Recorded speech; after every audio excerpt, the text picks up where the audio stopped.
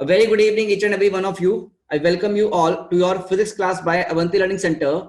I am your physics teacher, Mohit Mittal, and the topic which we are currently studying is basically your magnetism and matter. तो चलिए आइए शुरू करते हैं class. Let's start the class. हाँ विजय, recording start है बेटा. ठीक है, चलो तो फटाफट से देखो. मैंने तुम सबको अनम्यूट कर दिया है. अब आओ पढ़ो. सबसे पहले हम बात कर रहे हैं मैग्नेटिक मटेरियल में एक मैग्नेटिक हिस्टेरेसिस टॉपिक की. अब ये मैग्नेटिक हिस्टेरेसिस टॉपिक ना तुम्हारे स्कूल पॉइंट ऑफ व्यू से बहुत इंपॉर्टेंट है, because school point of view से इसमें 5 मार्क्स का क्वेश्चन तुमसे बन सकता है. ठीक है ना, 5 मार्क्स का क्वेश्चन तुम्हारे स्कूल पॉइंट में से बन सकता है. और जेई में अगर कुछ सवाल आएगा तो कहां से आएगा वो मैं तुम्हें धीरे धीरे बताऊंगा अभी. ठीक है ना, कहां से कैसे कैसे सवाल आ सकते हैं वो मैं तुम्हें बताऊंगा. तो पहले तो यहाँ पर आ जाओ मैग्नेटिक हिस्टेरेसिस. ठीक है ना, तो इंपॉर्टेंट है स्कूल पॉइंट ऑफ व्यू से 5 मार्क्स के लिए.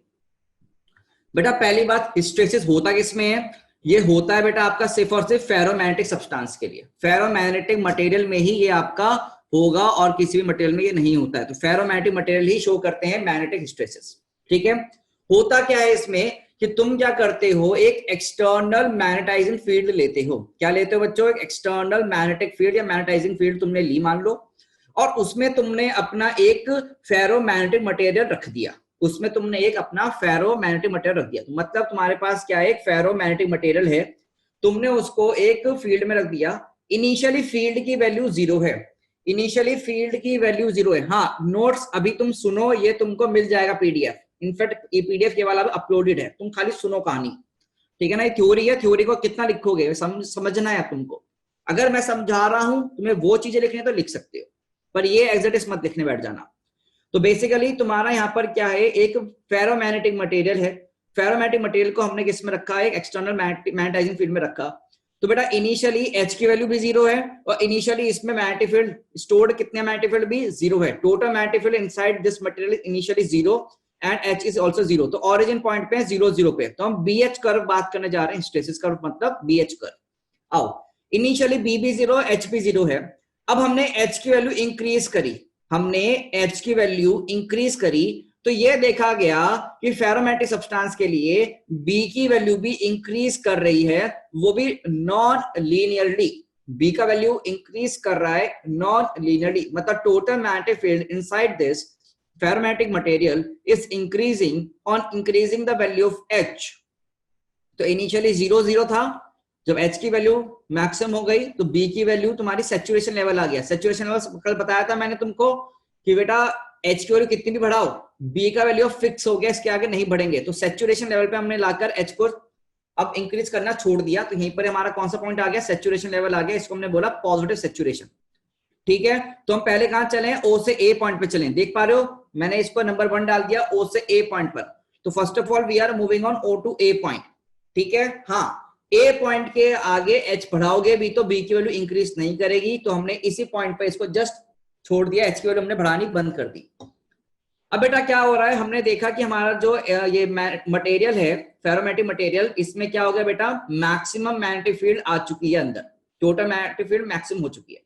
अब बच्चे हमने क्या किया, तो O से A में बताओ क्या हुआ? मैग्नेटाइज हुआ, डीमैग्नेटाइज हुआ? बताओ जल्दी से. तुम लोग चैट में लिख सकते हो, अनम्यूट करके बोल भी सकते हो. तुम मुझे बताओ O टू A रीजन में मैग्नेटाइज हुआ, डीमैग्नेटाइज हुआ? O टू A में हमने क्या किया? इसको मैग्नेटाइज किया है. बिल्कुल सही बेटा, हमने क्या किया? इसको मैग्नेटाइज किया है. अब मैग्नेटाइज करने के लिए H की वैल्यू बढ़ाई गई, तो बेटा तुम्हारा B की वैल्यू भी बढ़ा, बट नॉन लीनियरली मेथड में बढ़ा. अब क्या हुआ, इस पॉइंट से आपने H की वैल्यू कम करना शुरू किया. आपने क्या किया? H का वैल्यू कम करना शुरू किया. Now from A to B हम चले, A पॉइंट ये रहा, B पॉइंट यहां पर है. तो A से B हम जब चले तो हमने H की वैल्यू कम करी, और कम करते करते यहां बताओ इस पॉइंट पे जहां मेरा हैंड है, आप मुझे बताएं यहां पर H की वैल्यू कितनी है? इस पॉइंट पर H की वैल्यू कितनी है? जल्दी बताओ चैट में. इस पॉइंट पर H की वैल्यू कितनी है? 0. इस पॉइंट पर देखो H की वैल्यू कितनी है? 0 है. H की वैल्यू 0 है, बट बेटा मैग्नेटिक फील्ड की वैल्यू 0 हुई क्या? क्या magnetic total magnetic field inside your magnetic material, क्या वो 0 हुआ? नहीं, वो 0 नहीं हुआ. तो बेटा क्या देखा कि भैया अगर आप एक मैग्नेटिक मटेरियल, वो भी खासकर फेरोमैग्नेटिक मटेरियल में आपने H की वैल्यू बढ़ाई तो B आपका आया, बट जब आपने H की वैल्यू यहां पर कम करी, स्टेप वाइज चलना है. स्टेप नंबर 2 में जब आपने H की वैल्यू कम करी, H की वैल्यू आपने इनफैक्ट 0 कर दी डिक्रीज करके, पर तुम्हारा बी का वैल्यू 0 नहीं हुआ, मतलब यहाँ पर टोटल मैग्नेटिक फील्ड एक रह गई मैग्नेटिक मटेरियल में, ठीक है ना। तो ये जो मैग्नेटिक फील्ड जो अब तुम्हारी रह गई है उसको एक नाम दिया गया, वो नाम दिया गया बेटा रिटेंटिविटी से या फिर रेजिडुअल मैग्नेटिज्म। मतलब कि H की वैल्यू 0 होने पर भी तुम्हारा मैग्नेटिक मटेरियल के पास तुम्हारी एक रेजिडुअल मैग्नेटिज्म है और उसको एक नाम से और जाना गया रिटेंटिविटी या रिमेनेंस। आपको ज्यादातर रिटेंटिविटी मिलेगा या फिर रेजिडुअल मैग्नेटिज्म। तो ये तुम्हारा रेजिडुअल मैग्नेटिज्म यहाँ पर आ गया बी आर, ठीक है बच्चे।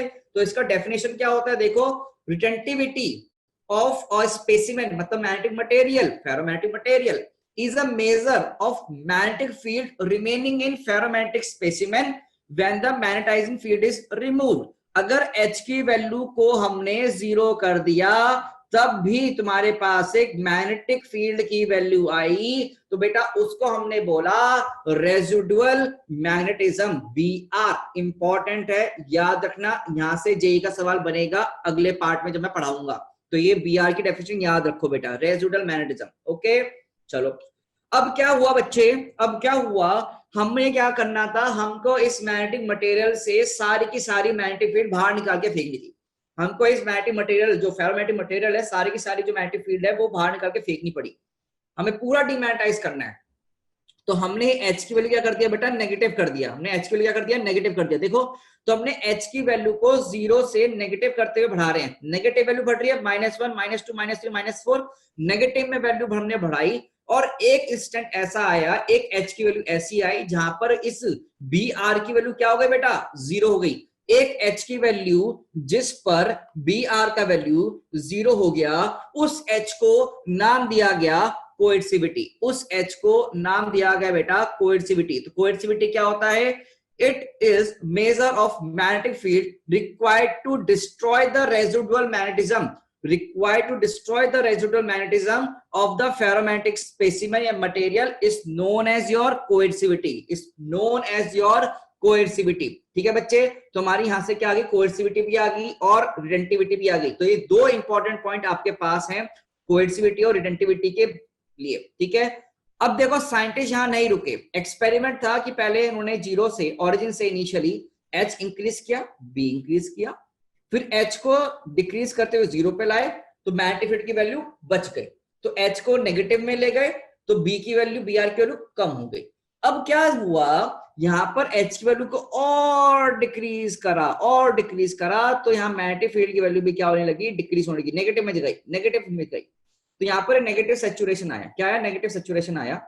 और फिर इसके बाद उन्होंने क्या किया, H की वैल्यू जब बढ़ानी शुरू करी, H की वैल्यू जब बढ़ानी शुरू करी तो बेटा क्या देखा गया, नॉन लीनियरली B की वैल्यू भी क्या करने लगी, इंक्रीज करने लगी। B की वैल्यू भी क्या करने लगी बेटा, इंक्रीज करने लगी।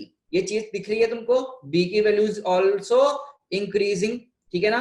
तो यहाँ पर तुम अगर देखोगे तो पत्ती, जैसे कहते हैं ना लीफ हो गई, लीफ मतलब पत्ती होती है ना, पौधों में पत्तियां होती हैं। तो एक लीफ टाइप स्ट्रक्चर तुम्हारा बना है, यहाँ पर क्या बना बेटा, एक लीफ टाइप स्ट्रक्चर तुम्हारा बना है।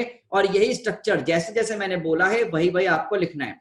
तो यहाँ पर ना एक क्या होता है, कंसेप्ट आता है कि B लैग करता है H से, तो lagging of B behind H, lagging of B behind H। क्यों, क्योंकि सर H तुमसे आगे है और B पीछे रह गया। क्या देखो यहाँ पर H तुमसे आगे, H जल्दी 0 आया, B जल्दी 0 नहीं हुआ, उसको टाइम लगा आने पर, तो मतलब B पीछे रह गया, H आगे। तो lagging of B behind H, H के पीछे है B, तो उसको हमने क्या बोला, हिस्टेरेसिस बोला बच्चों। हमने उसे क्या बोला, हिस्टेरेसिस बोला। तो ये फिनोमिनन हमने क्या बोला, हिस्टेरेसिस बोला है। This phenomenon is known as your hysteresis. Okay guys, ये पूरा है। लैगिंग मतलब पीछे। तो कभी कभी तुम बोलते हो कि सर लैग कर रहा है आपका स्क्रीन या आपका वॉइस लैग कर रहा है, मैं बोलते बोलते आगे बढ़ गया पर तुम्हारे पास वॉइस मेरी पीछे बहुत रुक जाती है, बहुत देर बाद आती है, ऐसा होता है लैगिंग। तो वही चीज यहां पर हो रही है कि मतलब H तो आगे निकल गया, B पीछे रह गया, ठीक है, H आगे निकल गया, B पीछे रह गया, तो उसे हमने बोला लैगिंग। तो lagging of B with respect to H is called hysteresis. इसी को क्या बोलते हैं हम, हिस्टेरेसिस बोलते हैं। बेसिकली ये ना तुम्हारा मटेरियल जो होता है, ये हिस्टेरेसिस बेसिकली मैग्नेटिक मटेरियल में टॉपिक आएगा तुम्हारे इंजीनियरिंग में। जब तुम मैग्नेटिक मटेरियल चैप्टर पढ़ोगे, अगर कोई कोर इंजीनियरिंग सब्जेक्ट लेता है, जैसे कि तुम्हारा इलेक्ट्रिकल इंजीनियरिंग, सिविल इंजीनियरिंग या तुम्हारा मैकेनिकल इंजीनियरिंग, वो सब ये पढ़ेंगे, ठीक है ना। कंप्यूटर साइंस वाले नहीं पढ़ेंगे और आईटी वाले भी नहीं पढ़ेंगे ये सब। ओके, क्वांटम छोड़ दो अभी।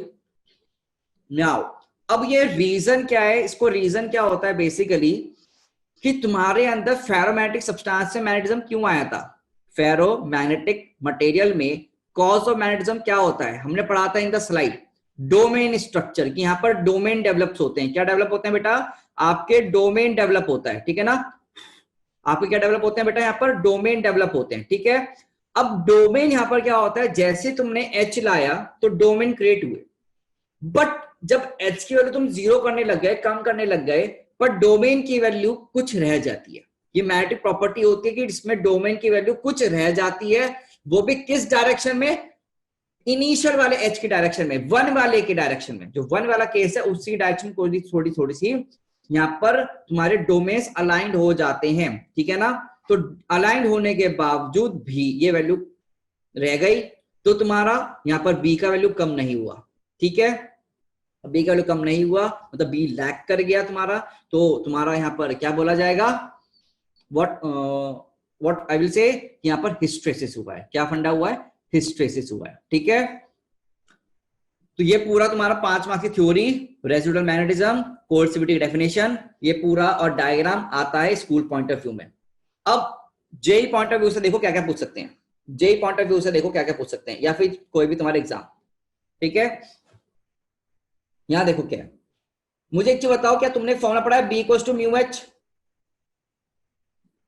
फॉर्मूला कितना है बेटा इसका, बी का म्यू इंटू एच के बराबर, क्या कभी पढ़ा है तुमने। मुझे बताओ slope of B H curve क्या होगा, slope of B H curve क्या होगा, slope of B H curve क्या म्यू के बराबर। तो basically permeability is the slope of B H curve, permeability is the slope of your B H curve, ठीक है। अब यहां से चीज पूछते हैं, अब तुमसे कभी कभी ऑप्शन में आएगा बी का वैल्यू दे देंगे, एच का वैल्यू दे देंगे और स्लोप पूछेंगे बी एच कर्व से। तो स्लोप निकालना आता है तुम्हें tan थीटा, या tan थीटा बराबर कितना होगा बी बाई एच, और वही बराबर म्यू होगा, ठीक है ना। तो बच्चे ज्यादातर स्लोप को थीटा को 45 डिग्री लिख के आ जाते हैं, जबकि आंसर जरूरी नहीं है सेम सही हो। तो एक इंपॉर्टेंट बता रहा हूं यहां पर, जब तुम्हारे पास कभी फॉर्म क्वेश्चन आए, अगर क्वेश्चन आए कि भैया इसका स्लोप क्या होगा, बी गिवन है, एच गिवन है, तो स्लोप हमेशा 1 नहीं होता, ध्यान रखना स्ट्रेट लाइन का, ठीक है ना। मतलब थीटा 45 नहीं होता, वो कितना होता है, थीटा वैल्यू कितना होगा यहाँ पर tan इनवर्स म्यू के बराबर। ये इंपॉर्टेंट पॉइंट है जो मैं लिख रहा हूं यहाँ पर, कि theta is always equal to tan inverse mu के बराबर, and mu is basically equal to B by H over here, and mu is equal to your B by H over here, ठीक है। अच्छा, रिटेंटिविटी, अब यहां पर जो main फंडा में याद करने वो रिटेंटिविटी और कोएर्सिविटी के लिए। अब जरा समझो, अगर रिटेंटिविटी की वैल्यू हाई हुई, बड़ी वैल्यू हुई रिटेंटिविटी की, अगर रिटेंटिविटी की वैल्यू बड़ी हुई और कोएर्सिविटी की वैल्यू भी बड़ी हुई, अरे वर्धन रुक जा थोड़ी देर, अगर बी आर की वैल्यू भी ज्यादा बढ़ी और एच की वैल्यू भी बढ़ी, तो बेटा ये जो ये मोटाई है इस कर्व की, मोटा होगा पतला होगा, क्या ये थिक होगा या थिन होगा कर्व, अगर बी आर भी बढ़ा एच भी बढ़ा, टेल मी गाइस क्या होगा। अगर बी की वैल्यू भी बढ़ी, एच की वैल्यू भी बढ़ी, तो बेटा ये कर्व कैसा होगा, थिक होगा, थिक होगा, थिक मतलब एरिया ज्यादा एरिया कम, एरिया ज्यादा एरिया कम होगा, एरिया ज्यादा होगा। अरे कौन चिल्ला रहा है इतना। अब देखो, अगर बी की वैल्यू कम हो गई और एच की वैल्यू भी कम हो गई, तो बेटा मुझे बताओ ये एरिया थिन हो जाएगा, थिन, और एरिया क्या हो जाएगा, कम हो जाएगा, एरिया क्या हो जाएगा, कम हो जाएगा, ठीक है। ओके, तो बी की वैल्यू बढ़ेगी तो एच का वैल्यू बढ़ेगा, तो यहां पर थिकनेस आ रहा है तो मतलब एरिया ज्यादा, बी की वैल्यू कम एच का वैल्यू कम, तो थिन मतलब एरिया कम, ठीक है। हाँ, अब देखो यहां पर इससे केस क्वेश्चन कैसे बनते हैं। यहां पर बेसिकली तुम्हारे पास फेरोमैग्नेटिक सब्सटेंस के 2 टाइप के मटेरियल होते हैं, कितने टाइप के, 2 टाइप के, एक होता है सॉफ्ट और एक होता है हार्ड। तो तुम्हारे पास स्कूल में, in school you can be asked to differentiate between soft magnetic material and hard magnetic material। अब ये किसके स्कूल में, सीबीएसई में तो इस बार नहीं है, सीबीएसई ने तो हटा दिया है, खाली यही portion only this portion. First जो भी और स्टेट बोर्ड और आईसीएसई बोर्ड वाले ध्यान रखना। बट ये बेटा जेई में सवाल यहां से आ चुके हैं, बट जेई से नहीं हटा है, ठीक है ना। तो यहां पर ध्यान से देखो, तो सॉफ्ट मैग्नेटिक मटेरियल क्या होते हैं? सॉफ्ट मैग्नेटिक मटेरियल क्या होंगे? जिसमें लो रिटेंटिविटी हो, लो कोएर्सिविटी हो, लो रिटेंटिविटी हो और लो कोएर्सिविटी हो, मतलब बी आर की वैल्यू भी कम, कोएर्सिविटी की वैल्यू भी कम। तो यहां पर बी आर की वैल्यू भी कम होनी चाहिए और एच सी की वैल्यू भी कम होनी चाहिए। मतलब मुझे बताओ, ये जो पतला होना चाहिए, मोटा होना चाहिए curve, B H curve thick होगा थिन होगा? मोटा। बेटा ध्यान से देख, रिटेंटिविटी की वैल्यू भी कम, कोएर्सिविटी की वैल्यू भी कम, सब पतला पतला। कम मतलब पतला होगा, है ना। तो बीएच कर्व क्या हो गया? पतला। पतला मतलब थिन लिखेंगे। बीएच कर्व क्या होगा? यहाँ पर थिन होगा। थिन मतलब इसका एरिया क्या होगा? कम होगा।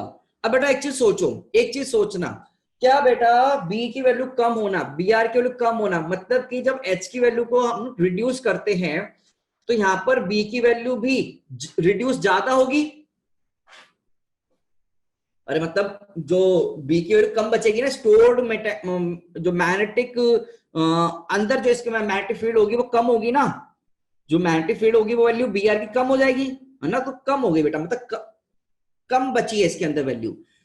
तो ऐसे में इसका एक यूज आता है इलेक्ट्रोमैग्नेट बनाने के लिए। क्या बनाने के लिए? इलेक्ट्रोमैग्नेट बनाने के लिए।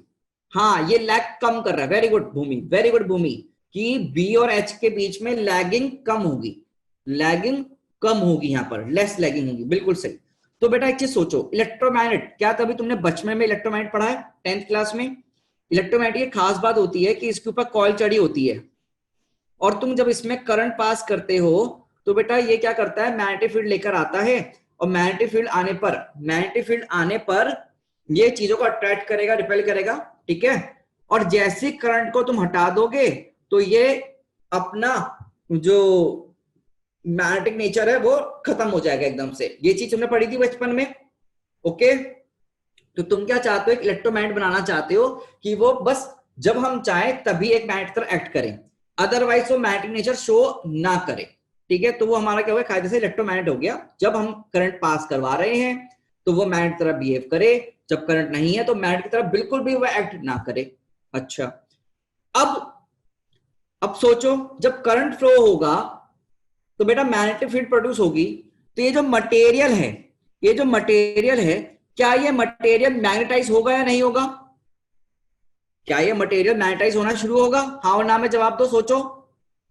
जब करंट फ्लो होगा तो मैग्नेटिक फील्ड आएगी, मैग्नेटिक फील्ड आएगी तो बेटा ये मटेरियल मैग्नेटाइज होना शुरू होगा।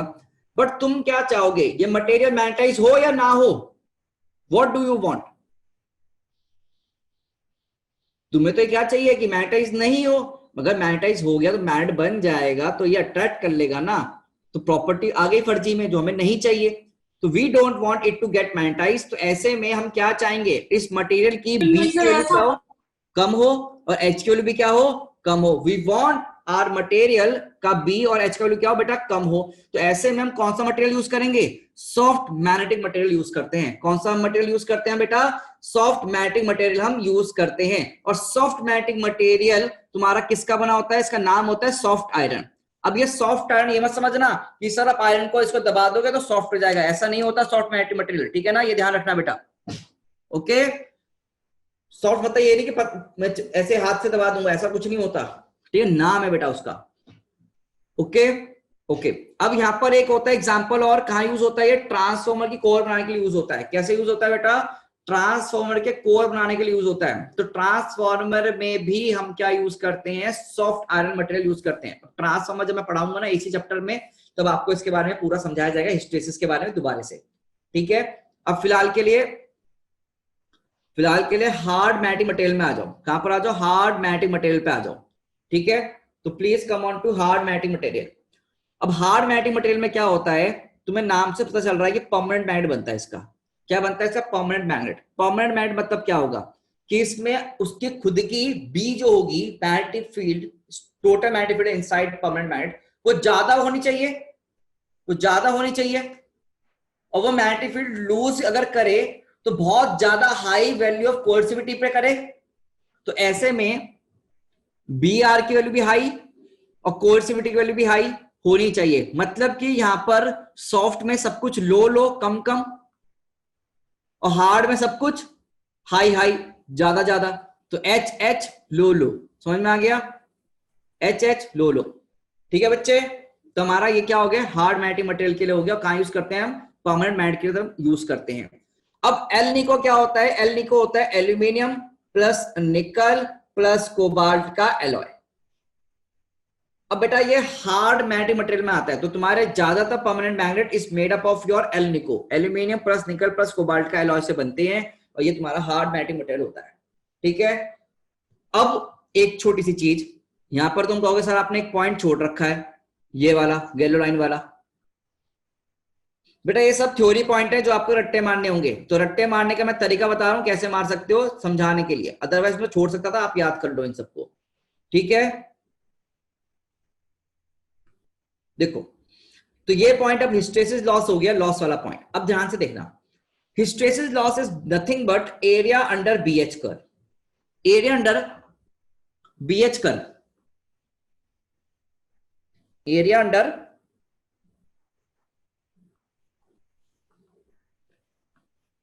बीएच कर्व क्या होगा? हाँ ये जेई वाले में, जेई में यहां से सवाल आते हैं, मैं पहले बता दूं तुम्हें। एरिया अंडर बीएच कर्व कि भैया हार्ड मैग्नेटिक मटेरियल या उसकी रिटेंटिविटी हाई होगी कम होगी, कोर्सिविटी हाई होगी कम होगी, ये सब पूछते हैं। परमानेंट मैग्नेट किसका बनता है, सॉफ्ट मटेरियल का बनता है, हार्ड मटेरियल का बनता है, ये सब आपसे पूछा जा सकता है। जेई में नहीं तो तुम्हारे ऐसे एग्जाम होते हैं वीआईटी का, यूपीट्यू का, एसआरएम का, और तुम्हारे केवीपीवाई, इन सब में सवाल आते हैं बेटा। तो you have to study all this points also. तो एरिया अंडर बीएच कर्व देख बेटा, एरिया अंडर बीएच कर्व ये क्या देगा तेरा, हिस्टेरिसिस लॉस देता है, हिस्टेरेसिस लॉस, स्पेलिंग गलत लिख दिया तुम चेक कर लेना, हिस्टेरेसिस लॉस। ठीक है ना, अब देखो यहां पर ज्यादा हिस्टेरिसिस लॉस किस में ज्यादा होगा, जिसका एरिया ज्यादा होगा, एरिया इससे ज्यादा होता है। एरिया किसका ज्यादा होता है, हार्ड का ज्यादा होता है, तो हार्ड का ज्यादा होगा तो लॉस भी यहां पर ज्यादा होगा। सर लॉस क्यों हुआ, कि सर एच पीछे, एच आगे निकल गया, बी पीछे रह गया, तो लॉस ही तो है ना, बी और एच साथ साथ चलते तो लॉस नहीं होते। ठीक है, तो हार्ड मैग्नेटिक मटेरियल में तुम्हारा हिस्टेरिसिस लॉस ज्यादा, और सॉफ्ट वाले में एरिया कम, तो हिस्टेरिसिस लॉस की वैल्यू भी कम। समझ में आ गया, तो यहां पर भी कम कम, तो everything is low, everything is low over here, and hard everything is high. ऐसे करके याद करना, हाई लो मतलब सॉफ्ट में सब कुछ लो और इसमें सब कुछ high, in your hysteresis hard material में सब कुछ हाई। ठीक है, ओके, तो वो हमारी स्लाइड खत्म होती है, अगली स्लाइड पे मूव करेंगे। हाँ बेटा सब कुछ रट्टा मारना है देवराज, आई नो। तो देखो कभी कभी चीजें होती हैं जैसे तुम्हें याद करनी पड़ती हैं, केमिस्ट्री में भी नॉर्मली में बोलते हैं ना एक्सेप्शन है याद कर लो, तो आज मैं भी यही बोल रहा हूँ, याद कर ले बेटा। ठीक है, वहां तो सब कुछ याद करना होता है, यहाँ तो फिर भी समझ आनी चीज है। ठीक है, चलो देखो हिस्टेरिसिस लॉस हमने पर देख लिया, एरिया ऑफ हिस्टेरिसिस लॉस वो तुम्हें देता है क्या बेटा, बेसिकली और एरिया ऑफ हिस्टेरिसिस लूप मतलब बीएच कर्व क्या देगा हमको, हिस्टेरिसिस लॉस देगा। अच्छा ये सब तुम्हें पढ़ने की जरूरत है, you don't need to study all this points, ये छोड़ देना। ठीक है, छोड़ देना, आगे आओ यहाँ पर ना। बेटा मुझे बताओ यहाँ पर कर्व कौन सा दिया है, एम बी कर्व दिया है, ध्यान से देखना कौन सा कर्व दिया है यहाँ पर स्लाइड में, एम बी कर्व। अरे पिछली स्लाइड का कोई फायदा नहीं है, यहाँ पर देखो एम बी कर्व दिया है। बेटा इसमें बी की वैल्यू बताओ कम है ज्यादा है, इसमें बी की वैल्यू, तो बी आर की वैल्यू क्या होगी, कम होगी ज्यादा होगी, केस नंबर सी बहुत कम सर ज्यादा। यहाँ पर बेटा बी आर, यहाँ पर देखना बी की वैल्यू इस वाले केस में, सी वाले केस में कम है, देखो कम है, फ्रॉम ऑरिजिन बी की वैल्यू देखो कम है एज कम्पेयर टू दिस जहां पर बी है, इस यहाँ पर देखो केस में बी की वैल्यू ज्यादा है, और यहाँ पर बी की वैल्यू क्या है, मॉडरेट है, क्या है मॉडरेट। ठीक है ना, मॉडरेट है। तो बेटा ये वाला कहां पर यूज होगा बताओ, ये कौन सा मटेरियल होगा बताओ भाई, कहां पर यूज होगा, सॉफ्ट वाला। हाँ एरिया कम है मतलब ये सॉफ्ट वाला है, सॉफ्ट वाले को कहां यूज करते हैं, इलेक्ट्रोमैग्नेट, इलेक्ट्रोमैग्नेट या फिर ट्रांसफॉर्मर, कोर और ट्रांसफॉर्मर, वही मतलब ट्रांसफॉर्मर की कोर बनाने के लिए, ट्रांसफॉर्मर की कोर बनाने के लिए। ठीक है, चलो तो ये सी पार्ट हो गया। बेटा ये वाला बताओ कहां यूज करेंगे, ज्यादा एरिया, एरिया बहुत ज्यादा है ना, कहां यूज करेंगे, परमानेंट मैग्नेट। परमानेंट मैग्नेट में तुम नहीं चाहते हैं, तुम क्या चाहते हो इसके अंदर ज्यादा तुम्हारी मैग्नेटिक फील्ड हो, तो मतलब परमानेंट मैग्नेट में इसको यूज करेंगे। ठीक है, नेक्स्ट ए वो बात हो गया। अब बी वाला देखो, इसमें मॉडरेट है। मॉडरेट वाला कहाँ यूज होता है? ये यूज होता है तुम्हारे कंप्यूटर में, मैग्नेटिक मटेरियल में। कहां पर? कंप्यूटर में जो हार्ड डिस्क बनती है, हार्ड डिस्क, या तुम्हारे जो लैपटॉप में हार्ड डिस्क होती है, या तुम्हारे फोन में माइक्रोचिप्स होती है, ये वहां पर Yes, तुम्हारा sir. यूज होता है। ठीक है ना, ये यहाँ पर तुम्हारा यूज होता है बेटा। ठीक है, तो कंप्यूटर में जितना मेमोरी वाला डेटा स्टोर करने के लिए यूज होता है। ठीक है, तो ये तुम्हारे यहाँ पर यूज यस सर। खत्म, यहाँ पर ये वाला पोर्शन खत्म हो जाता है। ठीक है, देखो कुछ नहीं है, रट्टा मारना है, मुझे पता है तुम लोग को परेशानी हो जाएगी, but you will have to use this concept. उसको निकाल देंगे तो किसको निकाल देंगे भाई? पता नहीं क्या कह रहा है। चलो, तुमने पहले जमाने में वो देखे हैं, टेप्स हुआ करती थी, रिकॉर्डिंग वाली टेप्स आती थी पहले जमाने में। Yes sir. देखे हैं सर। एक टेप आती थी, ऐसे घुमाते थे, वो गोला सा आता था रिकॉर्डिंग। Yes sir. वो यही रील बनी होती थी, वो ये सेकंड केस वही होता था।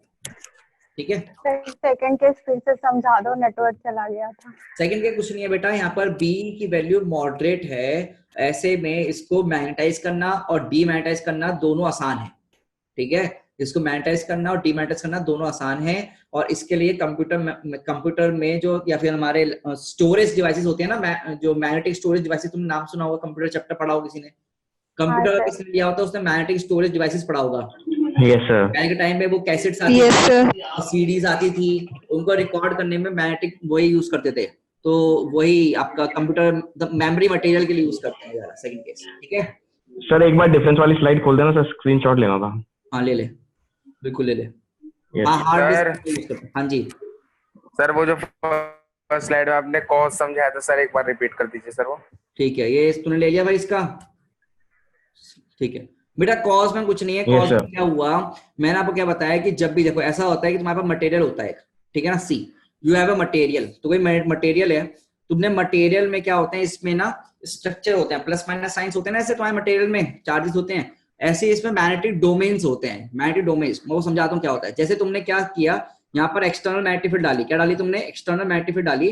तो इस मटेरियल के अंदर ना डोमेन्स होते हैं, मतलब ये जैसे वो याद करो डायपोल्स हुआ करते थे, तो डायपोल करेंगे यहाँ पर अलाइन हो जाएंगे, तो यहाँ डोमेन्स अलाइन हो जाते हैं बेटा। क्या हो जाता है डोमेन्स? ये मैग्नेटिक मटेरियल की प्रॉपर्टी होती है डोमेन्स अंदर। ये अलाइन होगा किसकी डायरेक्शन में? In the direction of magnetic field जो तुमने बाहर से लगाई है। ठीक है, अब तुमने क्या करा, यहाँ से ये वैल्यू कम हो गई तुम्हारी, ये तुमने ये वैल्यू हटा दी, तुमने ये वैल्यू कर दी, हटा दी, जीरो कर दी। तो जीरो होने पर कुछ तो जीरो हट गए, बट सारे नहीं हटे, कुछ डोमेन्स वैसे के वैसे अलाइंड हो जाते हैं। अगर ये डोमेन ऐसे अलाइंड होंगे तो क्या इसमें कुछ ना कुछ बी की वैल्यू रह जाएगी? सोचो, Yes, sir, ये yes. डोमेन रहेगा तो बी की वैल्यू रह जाएगी। तो इस बी के रहने की वजह से, इसके रहने की वजह से हमारा जो मटेरियल है वो थोड़ा सा मैग्नेटाइज हो जाता है। एच की वैल्यू जीरो होने पर भी यहाँ पर बी की वैल्यू जीरो नहीं होती है। बस ये मटेरियल प्रॉपर्टी है, इसमें ज्यादा तुम्हें डीप में नहीं घुसना, सर ऐसा ही क्यों हो रहा है वो सब आप अपने इंजीनियरिंग में आप पढ़ेंगे। ठीक है, ओके। अभी बस अपना क्या है ना, छोटे छोटे 2-3 पॉइंट्स हैं। देखो यार, यहाँ से सवाल तुम्हारे जेई में आने की संभावना कम हो जाएगी, बट तुम्हारे और अदर एग्जाम्स, केवीपीवाई हो गया, या फिर तुम्हारे और एग्जाम्स हो गए, वीआईटी, ये एसआरएम हो गया, या फिर तुम कोई भी सीईटी एग्जाम दे रहे हो, स्टेट के एग्जाम्स दे रहे हो, तो उसमें ये पूछे जा सकते हैं। तो प्लीज देखो, मैग्नेटिक शील्डिंग क्या होता है मुझे बताओ। तुमने कभी इलेक्ट्रोस्टैटिक शील्डिंग पढ़ा था? इलेक्ट्रोस्टैटिक शील्डिंग, इलेक्ट्रोस्टैटिक शील्डिंग क्या होती थी कि तुम अपना कोई डिवाइस को अगर एक सॉलिड कंडक्टर के अंदर डाल दो तो कोई एक्सटर्नल इलेक्ट्रिक फील्ड का कुछ इफेक्ट आएगा उस पर? No sir. No sir, cavity के अंदर जो होता था। हाँ बिल्कुल, कैविटी के अंदर डाल देते थे, नहीं आता था। अब सिमिलरली तुम्हारे पास एक बहुत महंगा डिवाइस है, एग्जाम्पल उन्होंने दे भी रखा है, कॉस्टली रिस्ट वॉचेस हैं, या फिर कोई बहुत ही बढ़िया सा कोई डिवाइस है तुम्हारे पास, ठीक है ना। अब तुम क्या चाहते हो, वो बाहर की मैग्नेटिक फील्ड से वो क्या हो, उसको कोई दिक्कत ना आए, ठीक है ना। मैग्नेटिक फील्ड आएगी तो फोर्सेस आएंगे, कुछ भी हो, मतलब डिस्टर्ब ना हो, वो अपना एज इट इज रखा रहे। तो तुम क्या करोगे, उसको एक ऐसे मटेरियल के अंदर रखोगे जिसमें मैग्नेटिक फील्ड अंदर नहीं आए। तो ऐसा कौन सा मटेरियल होगा जिसके अंदर मैग्नेटिक फील्ड नहीं जाती? जरा बताओ, ऐसा कौन सा मटेरियल होगा जिसके अंदर मैग्नेटिक फील्ड नहीं जाती? Diamagnetic material. Yes sir. क्या डायमैग्नेटिक मटेरियल के अंदर अगर तुम अपना कोई ये रिस्ट वॉच या कोई भी लिख दो तो क्या उसके मैग्नेटिक फील्ड जाएंगी? नहीं जाएंगी। और मैग्नेटिक फील्ड अगर अंदर नहीं जा रही है तो उसी को हमने क्या बोला, उसी फंडे को हमने क्या बोला? मैग्नेटिक शील्डिंग बोली है। क्या बोला बेटा हमने उसको? मैग्नेटिक शील्डिंग बोली है। अब क्या होता है बेसिकली, तुम्हारा आयरन, सॉफ्ट आयरन की तुमने लिया, सॉफ्ट आयरन में क्या होगा? थोड़ी सी जाएगी या ज्यादा जाएगी? सॉफ्ट आयरन में थोड़ी जाएगी, थोड़ी वैल्यू जाएगी ना, ज्यादा जाएगी नहीं, तो थोड़ी वैल्यू गई। बट अब सुपर कंडक्टर होते हैं, सुपर कंडक्टर क्या होता है जरा समझो। सुपर कंडक्टर क्या होंगे कि इसमें बिल्कुल भी मैग्नेटिक फील्ड नहीं जाएगी, बिल्कुल भी नहीं जाएगी, सब कुछ जीरो, बिल्कुल भी नहीं जाएगी, सब कुछ जीरो होगा। तो सुपर कंडक्टर्स बेसिकली तुम्हारे परफेक्ट मैग्नेटिक शील्डिंग शो करते हैं, परफेक्ट मैग्नेटिक स्क्रीनिंग या शील्डिंग शो करते हैं, ठीक है ना बेटा। और इस फंडे को, इस प्रोसेस को नाम दिया गया है, इफेक्ट को नाम दिया गया है मीजनर इफेक्ट। क्या नाम दिया बेटा? मीजनर इफेक्ट नाम दिया गया है, ठीक है बेटा। ये मैं तुम्हें बता दूं, अगर तुम में से बच्चे इंजीनियरिंग लोगे, क्योंकि तुम इंजीनियरिंग अगर करने चाहते हो तो यहाँ पर एक एग्जाम होता है, बहुत ही स्पेसिफिक एग्जाम होता है, इंजीनियरिंग सर्विसेज का एग्जाम होता है, ठीक है, इंजीनियरिंग सर्विसेज एग्जाम। बेटा engineering services exam is basically conducted by UPSC. It is equivalent to your IAS. जैसे आईएएस का एग्जाम होता है वैसी इंजीनियरिंग सर्विसेज के भी एग्जाम्स होते हैं, ठीक है ना। ईएसई, आईईएस पहले बोलते थे, अब ईएसई इसका नाम हो गया है, ठीक है ना। ये बेटा ईएससी में ये सवाल पूछे जा चुके हैं, मैंने ये एग्जाम्स दिए हैं, क्रैक किए हैं। तो यहां पर देखो कि मीजनर इफेक्ट जो होगा, मीजनर इफेक्ट जो होगा वो क्या होता है, ठीक है ना। हार्ड मैग्नेटिक मटेरियल का एरिया, हार्ड मैग्नेटिक मटेरियल का एरिया कम होगा ज्यादा होगा, ठीक है ना। हिस्टेरिसिस लॉस किसमें कम ज्यादा होगा, रिटेंटिविटी किसमें ज्यादा कम होगा, ये सब एग्जाम तुम्हारे पूछे जाते हैं, ठीक है ना। इंजीनियरिंग सर्विसेज के एग्जाम में, मतलब जो तुम अभी पढ़ रहे हो वो तुम्हारे इंजीनियरिंग में भी आएगा, और वो फाइनली तुम जब अगर गवर्नमेंट एग्जाम्स के लिए भी बैठोगे तब भी तुम्हें आएगा। तो प्लीज इसको ध्यान से देख लो, मुझे पता है तब भूल जाओगे, बट केवीपीएफआई टाइप के एग्जाम में ये सब चीजें पूछी जा सकती हैं। अब देखो, अब तुम बिल्कुल भी, यहां पर लिखा था मैंने, कैसा मटेरियल होना चाहिए? परफेक्ट डायमैग्नेटिक मटेरियल, क्योंकि बिल्कुल भी अंदर नहीं जाना। तो super conductor is basically act like your perfect diamagnetic material की तरह एक्ट करते हैं, ठीक है। तो बस छोटे छोटे पॉइंट्स हैं, एक पॉइंट ये रहा, एक पॉइंट ये रहे। अब अगले यहां पर इसको स्क्रीनशॉट लेने, स्क्रीनशॉट ले लो, ठीक है, स्क्रीनशॉट ले लो। फिर अगला बस छोटा सा एक पॉइंट और,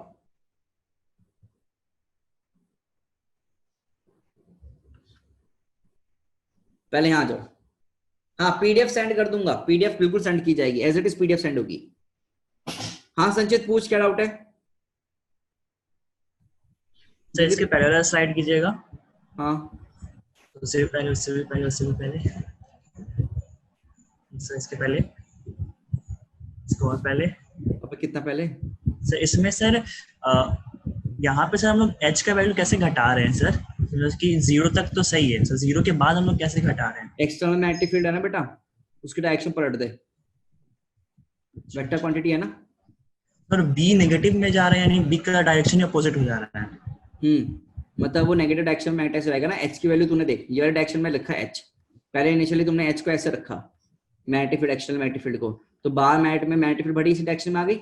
यस सर। अब तुमने इस बार मैग्नेटिक की डायरेक्शन को, एच की वैल्यू को चेंज कर दिया, मैग्नेटिक फील्ड डायरेक्शन चेंज कर दी, तो बी की वैल्यू क्या होगी? पहले तो यहाँ पे थी ना, पहले वो कम होगी, 0 बनेगी, और फिर क्या होगी? इधर की तरफ आनी शुरू हो जाएगी, ठीक है। तो उसके बाद सर जब नेगेटिव सैचुरेशन के बाद सर ये जो D2A के है सर, वो डायरेक्शन चेंज कर दी एच की, डायरेक्शन चेंज हो गया। हाँ फिर क्या होगा? बी की वैल्यू फिर से इंक्रीज होनी शुरू हो जाएगी, ठीक है, ओके। तो नीचे वाले का सिग्निफिकेंस क्या है सर D2A का? कुछ नहीं, मतलब तुमने एच की वैल्यू बढ़ाई तो ये ऊपर जाकर इसमें कर्व देखा गया, बस सीधे सीधे कर्व देखा गया, और कुछ नहीं। क्लोज लूप बनाना है तुम्हें पूरा, बस क्लोज लूप बनाने के लिए, मतलब इसी पॉइंट पर लाने के लिए तुमने एच की वैल्यू बढ़ाई तो ये नॉन लीनियर फिर से इंक्रीज कर गया, ठीक है। प्रियम यार मुझे एग्जैक्टली नाम तो याद नहीं आ रहा है, ठीक है, तो एक बार सर्च कर ले और मुझे ही बताना फिर, ठीक है बेटा। यहाँ पर आओ जरा ना, न्यूट्रल पॉइंट पे, न्यूट्रल पॉइंट पे आ जाओ। न्यूट्रल पॉइंट क्या होता है? अब ऐसे वाला पॉइंट, अब ये ना थोड़ा सा पॉइंट अर्थ मैग्नेटिज्म का टॉपिक है, छोटा सा, ये अर्थ मैग्नेटिज्म में हमारा रह गया था, तो उसको मैं तुम्हें बता रहा हूं। अर्थ मैग्नेटिज्म का छोटा सा टॉपिक है न्यूट्रल पॉइंट, अर्थ मैग्नेटिज्म का छोटा सा टॉपिक न्यूट्रल पॉइंट क्या होता है जरा देखो। वो वाला पॉइंट जहां पर नेट मैग्नेटिक फील्ड जीरो आ जाए, जहां पर नेट मैग्नेटिक फील्ड जीरो आ जाए। अब जैसे मान लो तेरे पास एक बार मैग्नेट है, तेरे पास क्या बच्चे, एक बार मैग्नेट है, ठीक है, और ये बार मैग्नेट क्या करेगा, एक मैग्नेटिक फील्ड प्रोड्यूस करेगा, तो बार मैग्नेट की वजह से एक मैग्नेटिक फील्ड आएगी, ठीक है सर, वेक्टर क्वांटिटी है, ओके। और अर्थ पे है तो क्या अर्थ की भी एक मैग्नेटिक फील्ड होगी, सोचो क्या अर्थ की भी एक मैग्नेटिक फील्ड होगी। तो अगर इन दोनों का Yes. वेक्टर समेशन, अगर इन दोनों का vector summation equal to zero बन जाए, तो बेटा वो वाला पॉइंट जहां पर ये कंडीशन डेवलप हुई कि अर्थ की मैग्नेटिक फील्ड और प्लस बार की मैग्नेटिक फील्ड का वेक्टर समेशन अगर जीरो हो गया तो हम उसको बोलेंगे न्यूट्रल पॉइंट।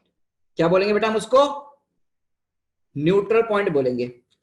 अब मैग्नेटिक फील्ड अर्थ की तो फिक्स यहां पर रहेगी, बट ये बार मैग्नेट की जगह करंट कैरिंग कॉइल भी आ सकता है, current carrying coil produce magnetic field, current carrying wire also produce magnetic field. तो यहाँ पर कुछ भी बार लिखो, करंट कैरिंग कॉइल लिखो, करंट कैरिंग वायर लिखो, या कुछ भी एक्सटर्नल मैग्नेटिक फील्ड रखो, कुछ भी, ठीक है। तो इन दोनों का समेशन तुम्हारा अगर नेट जीरो हो गया तो हमने क्या बोला, न्यूट्रल पॉइंट बोला है। और इसके लिए डेफिनेशन होती है ये, it is an point where net magnetic field is zero.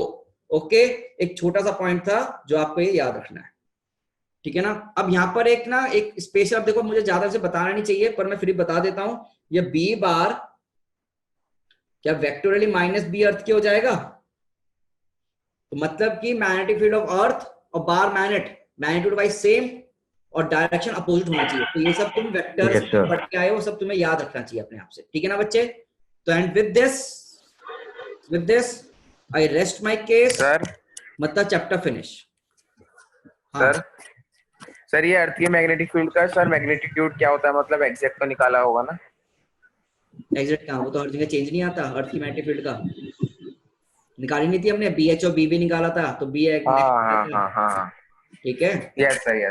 Okay चलो, अच्छा एक छोटे से पॉइंट और रह गया, ये रट्टे वाले हैं वैसे, बिल्कुल यूज नहीं है तुम्हारे लिए, बट ये कहूट में डाल दिए गए हैं कि बहुत पहले ये नीट में सवाल आते हैं इनके, ठीक है ना, कहूट में डाल रखे हैं, तो एक बार चेक कर लो तो कहीं तुम परेशानी हो जाए। कभी वैसे तुम्हें जैसे बुक्स पढ़ोगे ना तुम लोग, या किसी के मॉड्यूल्स पढ़ोगे कहीं भी कोचिंग के भी, तो यहाँ पर ये चीजें तुम्हें मिल सकती हैं, तो तुम कहोगे सर ये क्या है, एक बार देख लो। तुम्हें पता है फाई एंगल हमने देखा था, डेक्लिनेशन एंगल होता है phi, declination angle of declination याद है, ज्योमेट्रिक मेरिडियन और मैग्नेटिक मेरिडियन के बीच का एंगल। Yes, sir. और एक थीटा हुआ करता था angle of dip, angle of dip हुआ करता था, ठीक है ना, डिप एंगल, तो छोटा लिख देना डिप एंगल, ठीक है ना। तो बेसिकली वो वाले पॉइंट जहां पर एक पॉइंट है अर्थ में, डेक्लिनेशन हर जगह अलग अलग होगा मान लो, तो कुछ जगह पर डेक्लिनेशन का वैल्यू सेम आएगा, तो उनको ज्वाइन करती हुई एक लाइन को नाम दिया गया आइसोजोनिक लाइंस। जहां पर फाई की वैल्यू जीरो होगी उनको ज्वाइन करती हुई लाइन को नाम दिया गया एगोनिक लाइंस। जहां पर थीटा का वैल्यू हमेशा सेम, डिप वाला पॉइंट हमेशा सेम होगा, उसको नाम दिया आइसोक्लिनिक लाइंस। तो ये वाला टर्म याद करना, बस इसको तो रट्टा मार लेना, ये तुमसे मतलब कि ये पूछा जा चुका क्वेश्चन है, इसलिए कि पोजीशन ऑफ सेम थीटा, ये नीट में पूछा सवाल है पर इससे मैं तुम्हें लिखवा दिया, ये नीट में है तुम्हारे है नहीं, तो फिर भी अब देख लो, ठीक है ना। Position of same theta is known as isoclinic lines, और एक line joining position of zero theta is known as magnetic equator.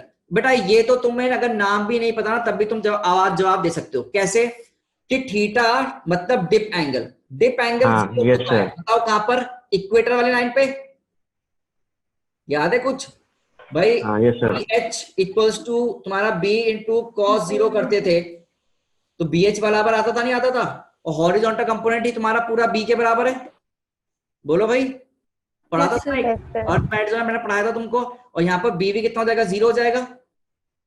तो ये इक्वेटर वाले पॉइंट पर सारे पॉइंट्स जो पूरा इक्वेटर होगा, वो मैग्नेटिक इक्वेटर जो होता है ना, गोला जो बनाते हैं, सर्कल बनाते हैं मैग्नेटिक इक्वेटर, मतलब उस पर हर एक वो वाली लाइन को, उस पर हर एक पॉइंट पे जीरो एंगल होगा, डिप, ठीक है। अब सिमिलरली BH की वैल्यू जीरो, BH की वैल्यू जीरो कहां पर होती है, पोल वाले पॉइंट्स पे, मैग्नेटिक पोल्स पे, मैग्नेटिक पोल पे। तो मैग्नेटिक पोल को ज्वाइन करने वाली लाइन मतलब मैग्नेटिक एक्सिस होगी, तो मैग्नेटिक एक्सिस के अलोंग क्या हमेशा BH की वैल्यू जीरो होगी, ये तो मुझे लगता है तुम्हें याद होगा। मतलब यहाँ पर थीटा वैल्यू 90 आता है, तो यहाँ पर थीटा वैल्यू कितना आएगा हमेशा 90 आएगा। Yes sir. बस इनका नामकरण याद कर लें। अब सेम BH को एक नाइस और डायनेमिक नाम दे दिया, तो ये तुम्हें मैंने ना 3 ये मार्क करके दिए हैं, ये 3 याद रखना बस, ठीक है। ये तो 3 तो तुम्हें याद रखने ही रखने हैं, ठीक है ना। अब बेटा अब कितना भी एक्स्ट्रा पढ़ सकते हैं, पूरी जियोलॉजी हम पढ़ने नहीं बैठेंगे, हमने सिलेबस से ज्यादा ही पढ़ा है, कम तो नहीं पढ़ा है, ठीक है ना। ज्यादा पढ़ा है हमने, कम नहीं पढ़ा है, और एक्स्ट्रा पढ़ने की जरूरत नहीं है। आपके बुक्स में टेंजेंट गैल्वेमीटर, वाइब्रेशन गैल्वेमीटर वो नहीं पढ़ने अपने को, we don't have to study all those points, ठीक है। आप बस अगर आपको कभी भी दिक्कत आती है तो what you have to do, you have to see your previous year में देखो सवाल कहां से आए हैं, ठीक है। तो तुम्हें आइडिया लग जाएगा कि हाँ तुम्हें क्या पढ़ना है क्या नहीं पढ़ना है, ठीक है बच्चे। And that's all. यहाँ पर ये चैप्टर अब क्या होता है, आपका एंड होता है, समाप्त। नेक्स्ट चैप्टर जो हम शुरू करेंगे वो बेटा हम कौन सा शुरू करेंगे, वो होगा आपका इलेक्ट्रोमैग्नेटिक इंडक्शन, जो शायद हमारी कल क्लास है, तो हम कल से स्टार्ट करेंगे आप इलेक्ट्रोमैग्नेटिक इंडक्शन, नया चैप्टर। वो पूरा का पूरा आपका magnetic field of electric current पे डिपेंडेंट रहेगा, ये ध्यान रखें। आपको डायरेक्शन निकालने के राइट हैंड का पूरा यूज पड़ेगा नेक्स्ट चैप्टर में, ठीक है। तो दैट्स ऑल, यहाँ पे चैप्टर खत्म होता है। अब हम चल रहे हैं अपने काहूट सेशंस की तरफ। Now we are moving towards a Kahoot session, ठीक है। तो क्या शुरू कर रहे हैं हम, काहूट सेशन में हम चलने जा रहे हैं। हाँ प्रखर, बिल्कुल हो सकता है बेटा, ठीक है। काहूट तुम्हें सबको पता है ना कैसे खेलते हैं, तो वी आर स्टार्टिंग काहूट सेशन, सब रेडी रहना, ठीक है। क्वेश्चन लिखा है मैग्नेटिक लेंथ इज,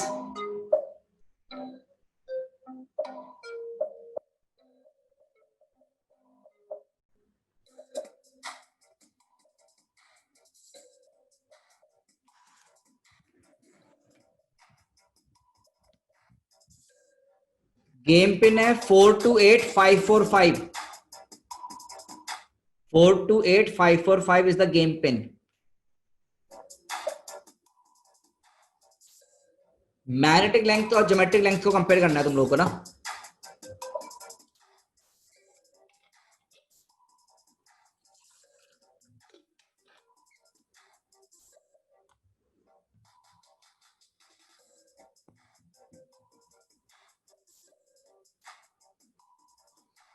सर गाना भी चला दो, अच्छा लग रहा था। गाना कौन सा चल तो रहा है गाना, ओ भाई वो भी तस्वीर बजी है। देखो 26 20 सही आंसर दिया है, लेस देन ज्योमेट्रिक लेंथ। मैंने आपको बताया भी था बेटा कि तुम्हारा मान लो ये मैग्नेट होता है, बाहर मैग्नेट, उसके अंदर की तरफ पोल्स होते हैं, तो मैग्नेटिक लेंथ छोटी होती है और ज्योमेट्रिक लेंथ बड़ी होती है। रेशियो को बता सकते हैं मुझे, रेशियो कितना होता है एनीवन, रेशियो याद है किसी को? Sir 0.84 magnetic length bye geometric length is 0.84। हाँ बेटा बिल्कुल, और पिच कम कर ले अपनी। ये गेम पिन कितना डाला था अपने, याद है किसी को? गेम पिन कितना था? 428545। 428545। रिमी यही है बेटा, 428545। चलो संचय सबसे टॉप पे है यहाँ पर, फिर आरके सागर, फिर समोसा। समोसा कौन है भाई? ऐसे नाम मत लिया करो, फिर मैं चॉकलेट खाऊंगा। आगे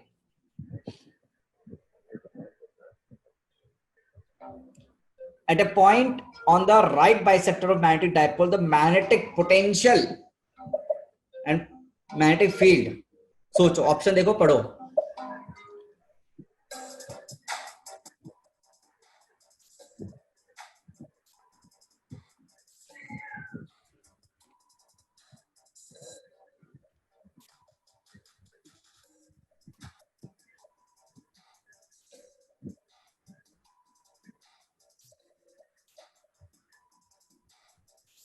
बहुत ही आसान सवाल है, तुम रिजेम्बलेंस से भी कर सकते हो इस क्वेश्चन को ना,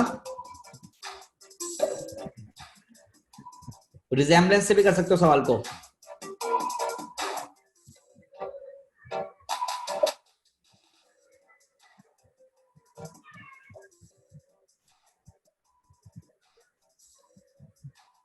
लास्ट 2 सेकेंड्स, जल्दी मार्क कर दो। पत्ता क्या दिया आंसर?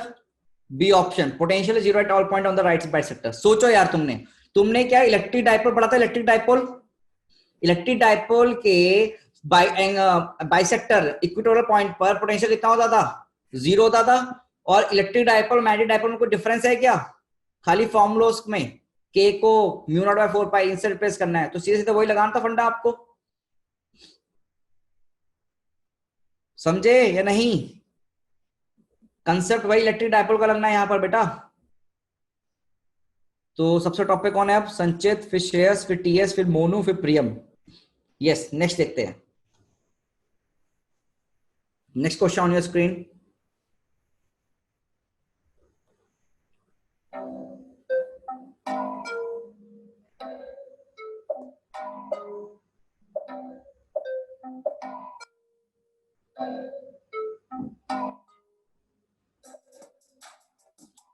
रिमी ज्वाइन नहीं कर पा रहे हो तुम, हम सॉरी, मुझे नहीं पता ऐसा क्यों हो रहा है।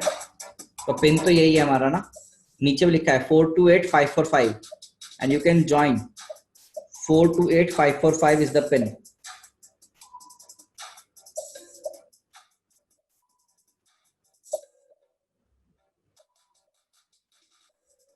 सर हाँ जी, सर पिछली बार ज्यादा अच्छा था सर, पिछली बार क्वेश्चन रहता था हर टाइम तक, इस बार तो सर चला जाता है। क्वेश्चन है ना ऊपर, अरे वो हैगा ऊपर है ना, वो सब मैंने देखा ही नहीं। देखो बेटा अच्छे से। Intensity of magnetic field due to, है ना? अब तो टाइम हो गया। क्वेश्चन ध्यान से देखो, ऊपर आ रहा है, टॉप पे क्वेश्चन आ तो रहा है, सबको दिख तो रहा है, ये पहले भी ऐसी था बेटा। एक चीज बताओ, इसका फॉर्मूला कितना है? Answer m by r square the right answer. कैसे बेटा? ध्यान से देखो, intensity of magnetic field due to an isolated pole of strength m at a point distance r। Electric charge के वजह से, q की वजह से कितना होता था फॉर्मूला इलेक्ट्रिक फील्ड का? kq by r square. तो q यहां पर क्या बन जाएगा? स्मॉल m, और r तो r ही रहेगा, तो q by r स्क्वायर, तो m by r स्क्वायर। सीधे आंसर मारना था, ठीक है। तो 23 बच्चों ने सही आंसर दिया। लेट्स सी कितने ने अब। अरे भाई संचित तो टॉप पे चल रहा है, वेरी गुड। संचित तो कह रहा था हम पहली बार खेल रहा हूँ। संचित तेरे पास 4 मोबाइल तो नहीं है, और 4 मोबाइल पे ऐसे हाथ रखी हुई तूने और खटखट मार रहा है, ऐसे ऐसे तो नहीं कर रहा ना? बोल भाई। तो तो इतना दिमाग होता। तो बाकी ठीक है। संचित का राशि, प्रियम, एसकेएम। एसकेएम कौन है भाई? मोनू। इसका ऑप्शन बहुत घटिया है सर, ट्रायंगल ये वाला। हाँ वो आपको उससे देखना है, उससे देखना है आपको ना, कलर से देखो, कलर से Yes, देखो, कलर से, कलर से। नेक्स्ट, मैं तो सर यही देखता रह गया बस। नेक्स्ट क्वेश्चन न्यूमेरिकल है। ऊपर क्वेश्चन आ रहा है, bar magnet of magnetic moment 5 ampere metre square has pole 20 centimetre apart, calculate the pole strength.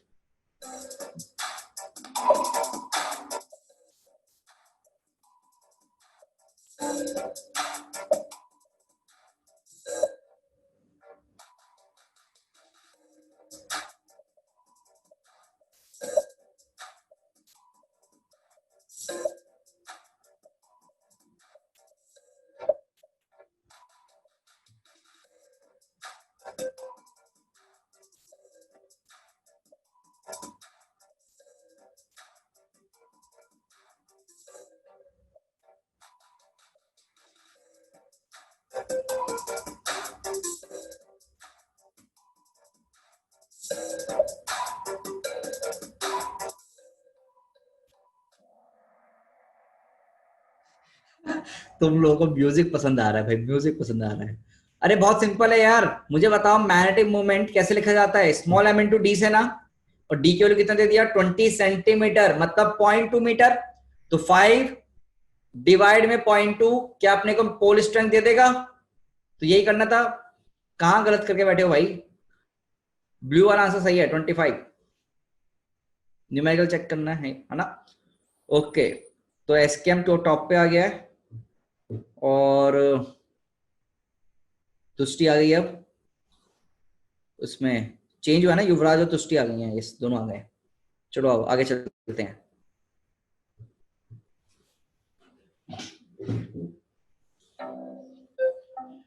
Effect due to uniform magnetic field on a freely suspended magnetic needle is A, B, C, D। अरे यार A और C same option है।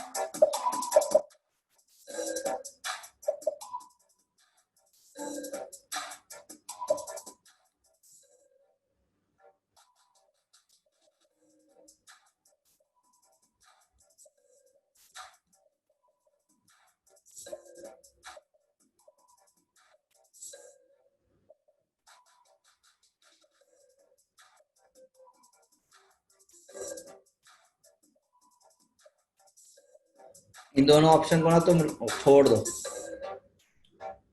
तो इनमें से एक ही same option दे दिया तुम लोगों को, आई नो।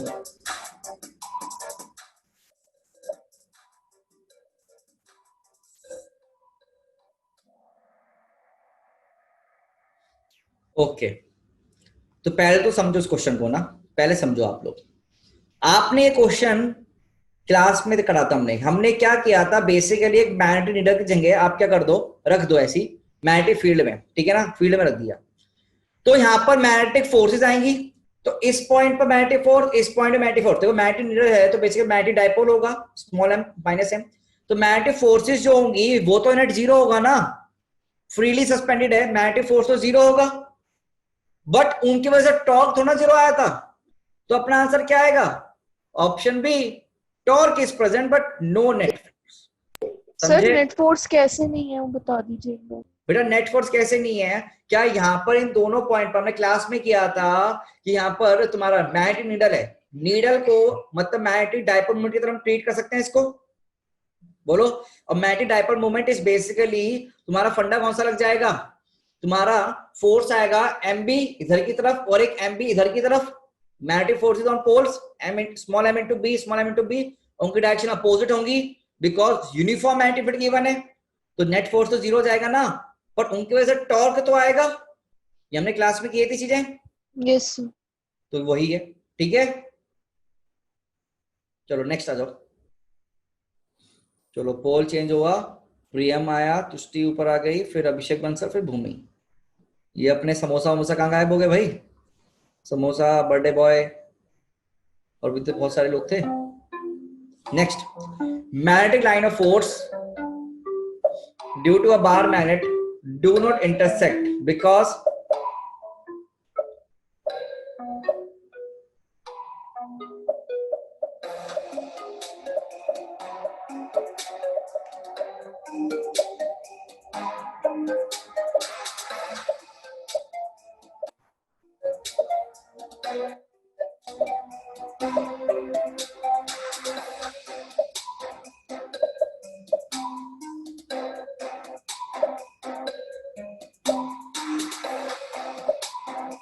सर ये तो बहुत इजी क्वेश्चन है।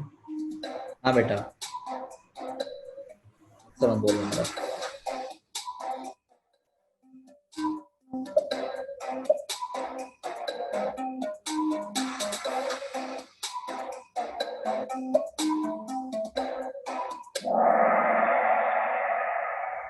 डी ये होगा आंसर, तो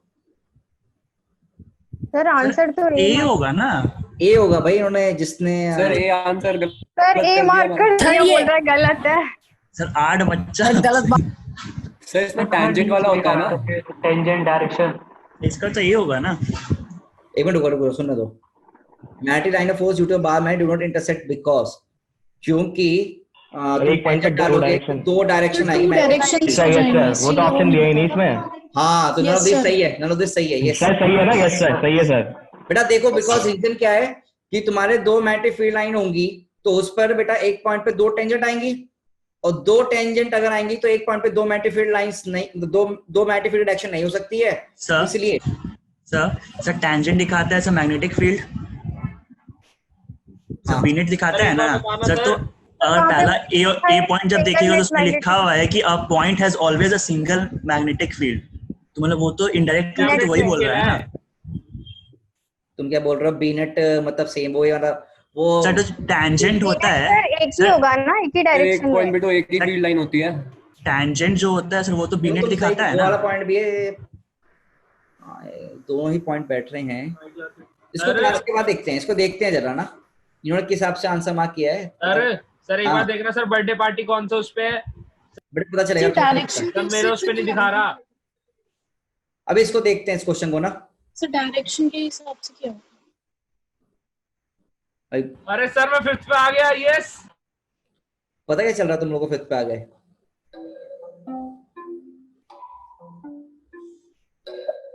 to line of forces due to a bar magnet. अच्छा, लाइन ऑफ फोर्सेस बेसिकली ना तुम्हारा मैग्नेटिक फील्ड लाइंस होती हैं, ठीक है, याद रखना। सर लगा हम तो गए नीचे।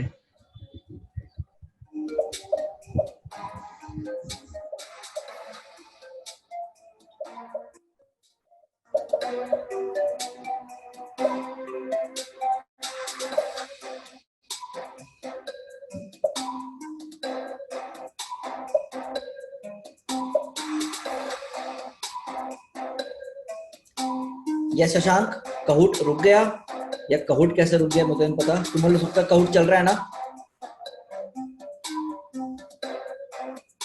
नहीं सर, मेरा भी रुक गया। सबका रुक गया?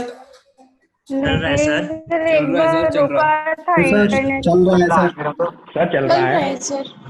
चल तो रहा है, रुक कैसे गया यार? मुझे तो पता नहीं यार, ये यार उनके तरफ से टेक्निकल फॉल्ट होगा अगर हो गया ऐसा तो।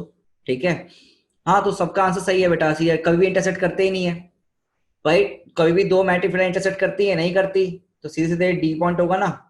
अब पोल पे कब करती है? नी इंटरसेक्ट नियर, कहीं भी इंटरसेक्ट नहीं करती बेटा। पोल पे भी नहीं करती, टोटल एक्स पे तो बिल्कुल भी नहीं करती, और न्यूट्रल पॉइंट पे भी नहीं करती। न्यूट्रल पॉइंट पे तो मैग्नेटिक फील्ड का नेट जीरो होता है बेसिकली, है ना। तो डी ऑप्शन राइट आंसर। हाँ भाई, कौन ऊपर आ गया? सचित। अच्छा सचित, तभी सचित गया, संचित गया। हो बर्थडे पार्टी ऊपर आ गया भाई। Sir thank you sir. Sir बस पार्टी दे देना मेरे को सर, वाह मैं बेटा, गलत बोल रहा हूँ। ठीक है, क्लास में अगर होते तो पार्टी सच्चे में पार्टी होती एकदम मस्त।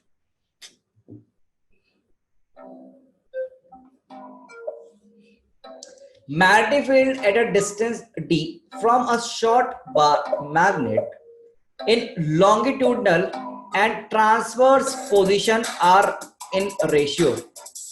अब तुम यहां पर इंग्लिश में फंसोगे, लॉन्गिट्यूडनल क्या होता है, ट्रांसवर्स क्या होता है, और वो तुमने वेव में पढ़ा था ये नाम, तो उसे थोड़ा रिलेट करो फिर सॉल्व कर दो।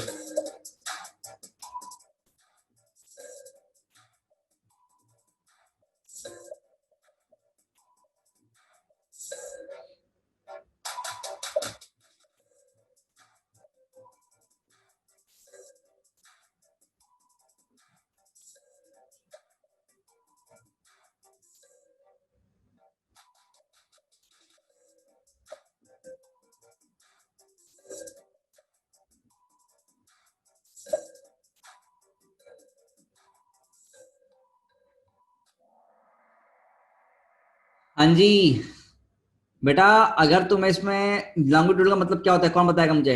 लॉन्गिट्यूड का मतलब क्या होता है? सर एक का मतलब होता है सर एक्सियल, और एक का मतलब होता है इक्वेटोरियल। लॉन्गिट्यूड का मतलब एक्सियल और ट्रांसवर्स मतलब इक्वेटोरियल। अब यहाँ पर ना तुम ऑप्शन भी देखो ना, ऐसे दे रखे हैं 2:3, 3:2, 1:1, 2:1। बेटा एक देखो, एक फॉर्मूला होता था mu naught by 4 pi into 2 m by r cube, एक होता था mu naught by 4 pi into m by r cube. अगर मतलब 2 का फैक्टर आया खाली 2 और 1/2 2/1 होगा, तो आग बंद करके मानना था तुम्हें आंसर 2/1। लेकिन से इसमें सब मैग्नीट्यूड देना चाहिए था, मैग्नीट्यूड ऑफ मैग्नेटिक फील्ड। बेटा मैग्नीट्यूड की बात करेंगे आप, ऑब्वियसली बात, दो वेक्टर का रेशियो कभी ले ये तो माइनस टू, अच्छा हाँ ये भी बात ठीक है ना, और माइनस साइन तो डायरेक्शन बताता है। ठीक है, चल तो यहाँ पर कुछ चेंजेस हुए हैं, बर्थडे पार्टी थर्ड पे आ गया है, क्या बात है। अरे सर थैंक यू कांग्रेचुलेशंस। और कौन कौन है भाई? 9 प्लेसेस। बीटी कौन है? बीटी वो 9 मैं बिना बर्थडे पार्टी लेने जाऊंगा सर। एक क्वेश्चन का इतना इफेक्ट। हाँ बेटा, उसको वो थोड़ा अच्छा, ये क्वेश्चन ना पहले तुम पढ़ लो अच्छे से, ये पूरा पढ़ लो आप अच्छे से, फिर इसका अभी पढ़ लो, फिर इसका नेक्स्ट स्लाइड में इसका आंसर तुम्हें मार्क करना होगा। वो वहां पर क्वेश्चन नहीं होगा, इसलिए अभी पढ़ लो अच्छे से, सॉल्व कर लो अभी। Bar magnet is held at right angle to a uniform magnetic field. The couple acting on the magnet is to be halved by rotating it from this position. The angle of rotation is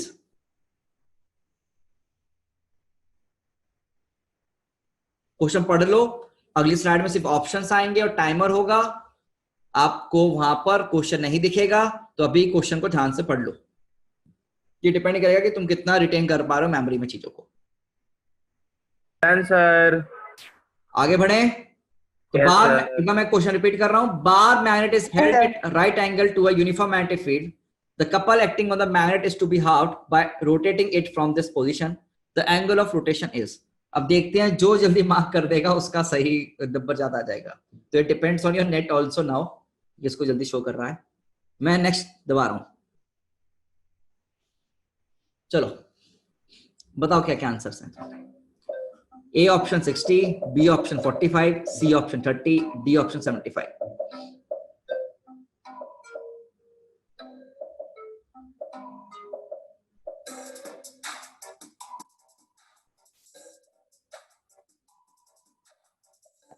sir option mark करने के लिए भी इतना time? वो solve भी करना होता ना।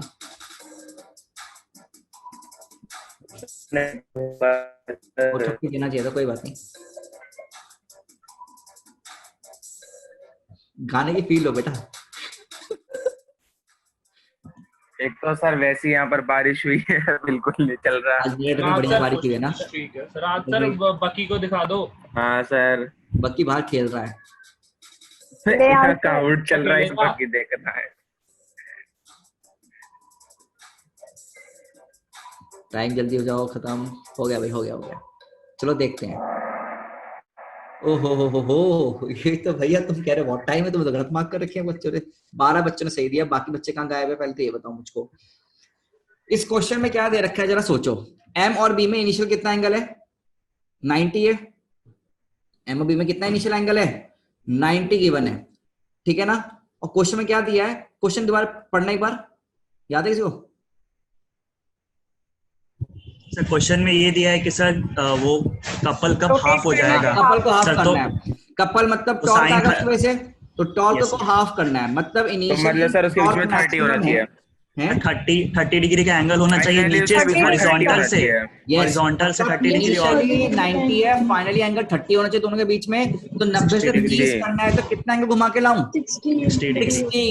तुम लोगों ने 30 ऐसे मार्क कर दिया एकदम, और 45 पे मार्क कर दिया। 45 पे तो 1/√2 होता है, हाफ तो कभी होता ही नहीं है। 75 भी मार्क किया। 75 तो बेटा सोच के मार्क कर दिया करो कभी भी, ठीक है। चलो आगे चलते हैं। तो यहाँ पर क्या क्या चेंजेस हुए? चेंजेस नहीं हुए ज्यादा, खाली पॉइंट ऐड हुए हैं।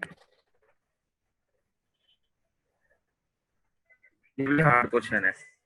हाँ करो। Work done in turning a magnetic moment m by an angle of 90 degree from the meridian is n times the corresponding work done to turn it through an angle of 60 degree. 60 degree. What is the value of n? Solve करो।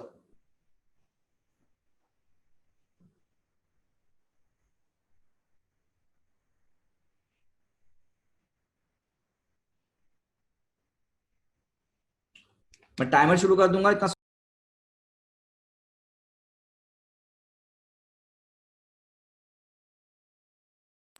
आगे से आगे चलना चाहिए।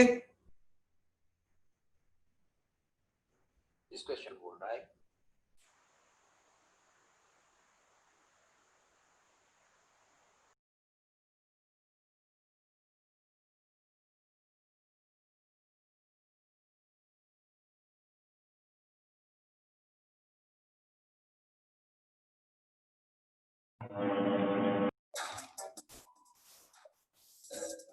देखो भाई,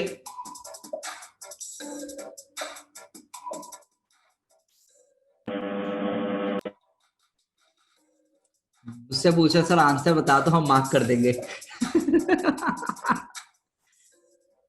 नहीं होगा भाई, ऐसा नहीं होगा।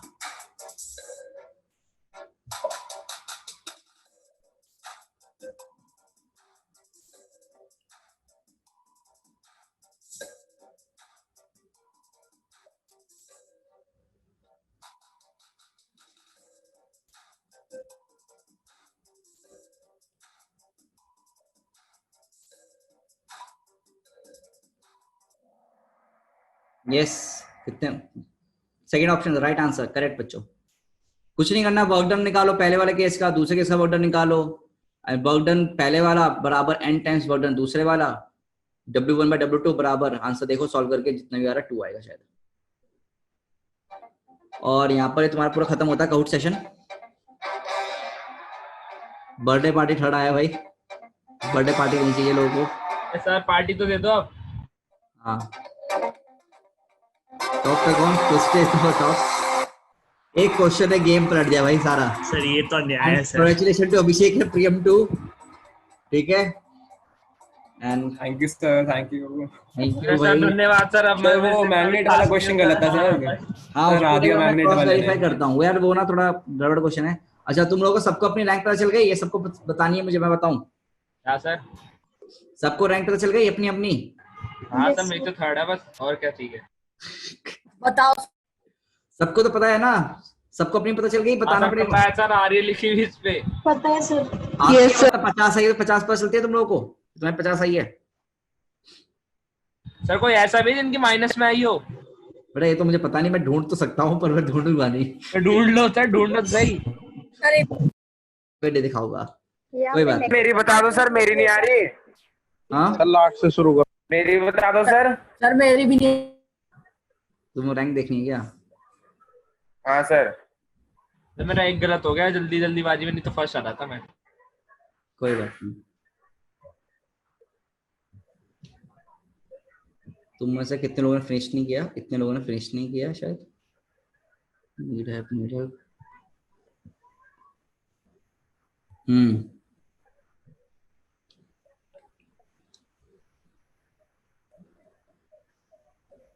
कहां पर आएगा?